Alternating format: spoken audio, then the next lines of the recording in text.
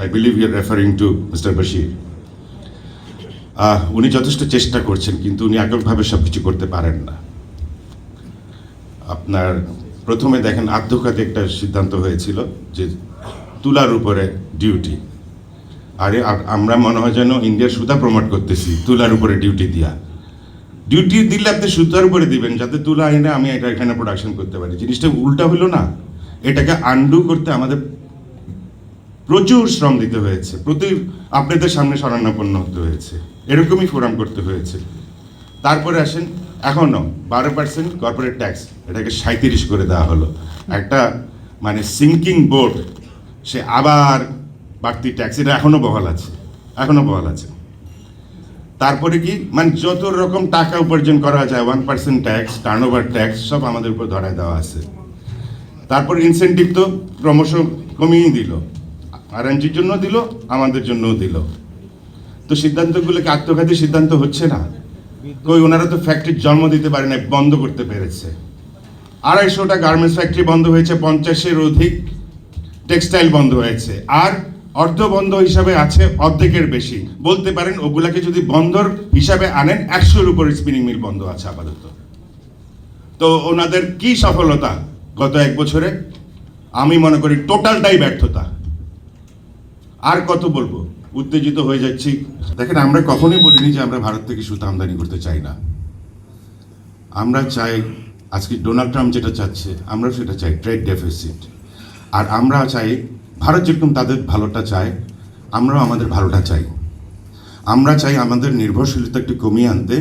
কারণ আমি একটু আগে দিয়েছি অতীতের কথা, একবার তুলা বন্ধ করে, একবার সুতা বন্ধ করে, এখন তো চাইল ডাইল পটলও বন্ধ করে, করতে করতে এখন ভিসাও বন্ধ করে দিছে।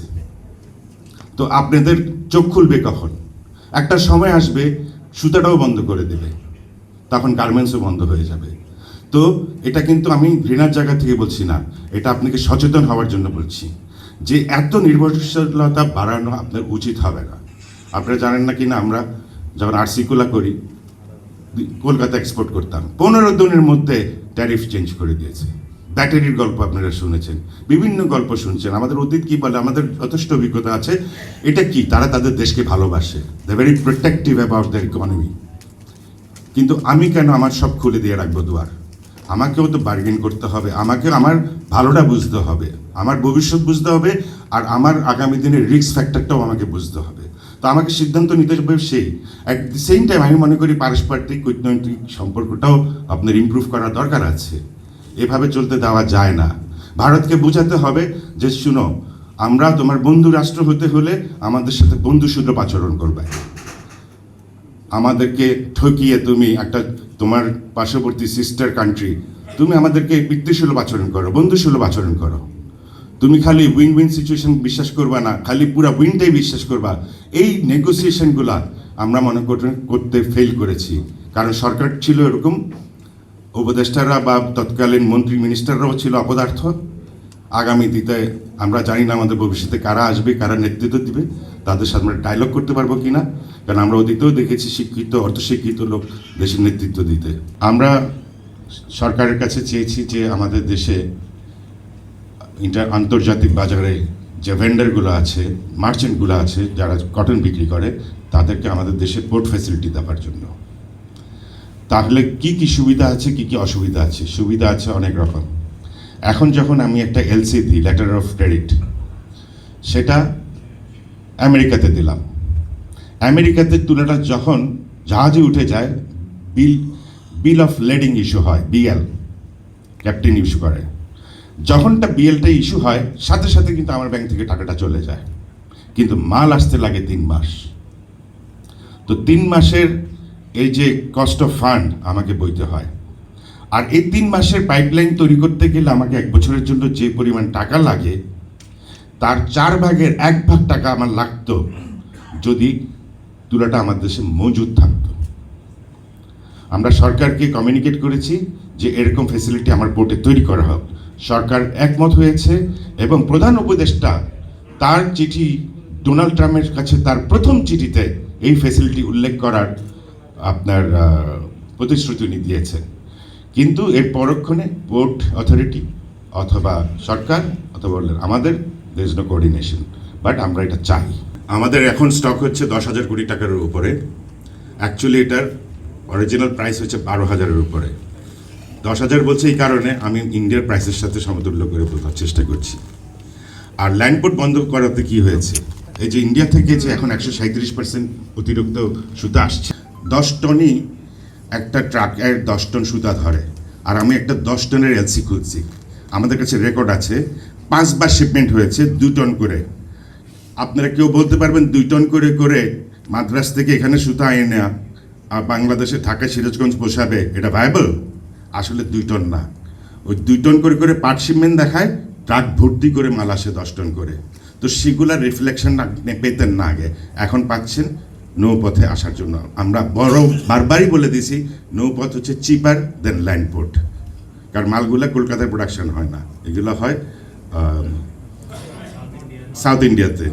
আরেকবার জ্বালানি, আমাদের মনে করেন আমরা 5-7 জন আছি প্রতিনিয়ত বিটিএম থেকে যাওয়া আসা করে, আমাদের জুতা অর্ধেক ক্ষয় হয়ে গেছে, জুতার সোল। কিন্তু তেমন কোনো উল্লেখযোগ্য কোনো সিদ্ধান্ত বা গঠনমূলক সিদ্ধান্ত আমরা এখন পর্যন্ত উপলব্ধি করতে পারিনি। আর ইন্ডিয়ান সুতা এই যে বন্ড একদিকে যেরকম সুবিধা বয়ে আনে, আরেকদিকে আমাদের কিন্তু এটা একটা ডেট্রোমেন্টাল একটা ব্যাপার। কারণ বন্ডে যে সুতাগুলো আসে এক পর্যায়ে গিয়ে এর একটা বড় অংশ সিরাজগঞ্জে চলে যায় তাঁতিদের কাছে। এতে মিসডিক্লারেশন হয়, বলে এক ধরনের সুতা আনে আরেক ধরনের সুতা। আপনাদের বোঝবার জন্য আমি সোজা ভাষায় বলছি। আর এই সুতাগুলো চলে যায় সিরাজগঞ্জে তাঁতিদের কাছে। ফলশ্রুতিতে কী হয়, লোকাল স্পিনিং মিল যেটা লোকালি সাপ্লাই দিচ্ছে, সে সেখানে সাপ্লাইটা দিতে পারে না, তার ফ্যাক্টরি ক্ষতিগ্রস্ত হয়, তার কর্মসংস্থানও থাকে না, তার ইনভেস্টমেন্টটাও জেপার্ডাইজ হয়ে যায়। আর আমরা যারা বিদেশ থেকে সুতাটা নিয়ে এনে এই কাজ করি, আমাদের তো সুতাটা লাগবে আবার এক্সপোর্ট করতে গেলে, তখন তারা লোকালি কম দামে অন্য অন্য মিল থেকে কায়দা করে কিনে নেয়। আর ওখান থেকে এনে প্রতি ট্রাকে 5 থেকে 7 লাখ টাকা তারা লাভ করে, ওটাকে তারা লাভ মনে করে, কিন্তু আসলে ক্ষতিগ্রস্ত হচ্ছে সেক্টরটা।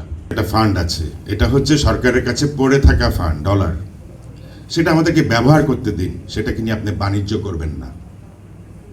আপনি হ্যান্ডেলিং চার্জ হিসেবে আপনি 1% নিতে পারেন, আপনি ওটার থেকে নিয়ে বাণিজ্য করবেন, ব্যবসা করবেন, প্রফিট করবেন। আপনারা তো শুনেছেন বাংলাদেশ ব্যাংক প্রফিট করে কত হাজার, 20,000 না 50,000 কোটি টাকা। তো কোনো ব্যাংক তো প্রফিট করতে পারতেছে না, বাংলাদেশ ব্যাংক প্রফিট করে। এটাও একটা ভাববার বিষয় আছে যে কোনোখানের মধ্যে মডেলটা রং। তো এই গেল আমাদের সেকেন্ড আবদার। আমরা বেশ কিছুই চাচ্ছি না, ইন্টারেস্ট রেট কমিয়ে আনেন। আপনার ইন্টারেস্ট রেট কমানোর অনেক ফর্মুলা আছে, আপনি নিজেই যদি বড় করেন এত উচ্চ ইন্টারেস্ট রেটে, আপনার শিডিউল ব্যাংক কীভাবে কম ইন্টারেস্ট দেবে? আমার দায়িত্ব এটা ঠিক করা না, এটা দরকার সরকারের। আমরা ভর্তুভোগী, কারণ ইন্টারেস্ট রেট অনেক চড়া। তারপরে আমার আগে বক্তা বলে দিয়েছেন, আমাদেরকে গ্রেস পিরিয়ড দেন, রিশিডিউল করে দেন। আমরা ইন্টারেস্ট মকুব চাচ্ছি না, আমরা দেশের টাকা লুট করে বিদেশে চলে যাচ্ছি না, আমাদেরকে ফেসিলিটেট করেন।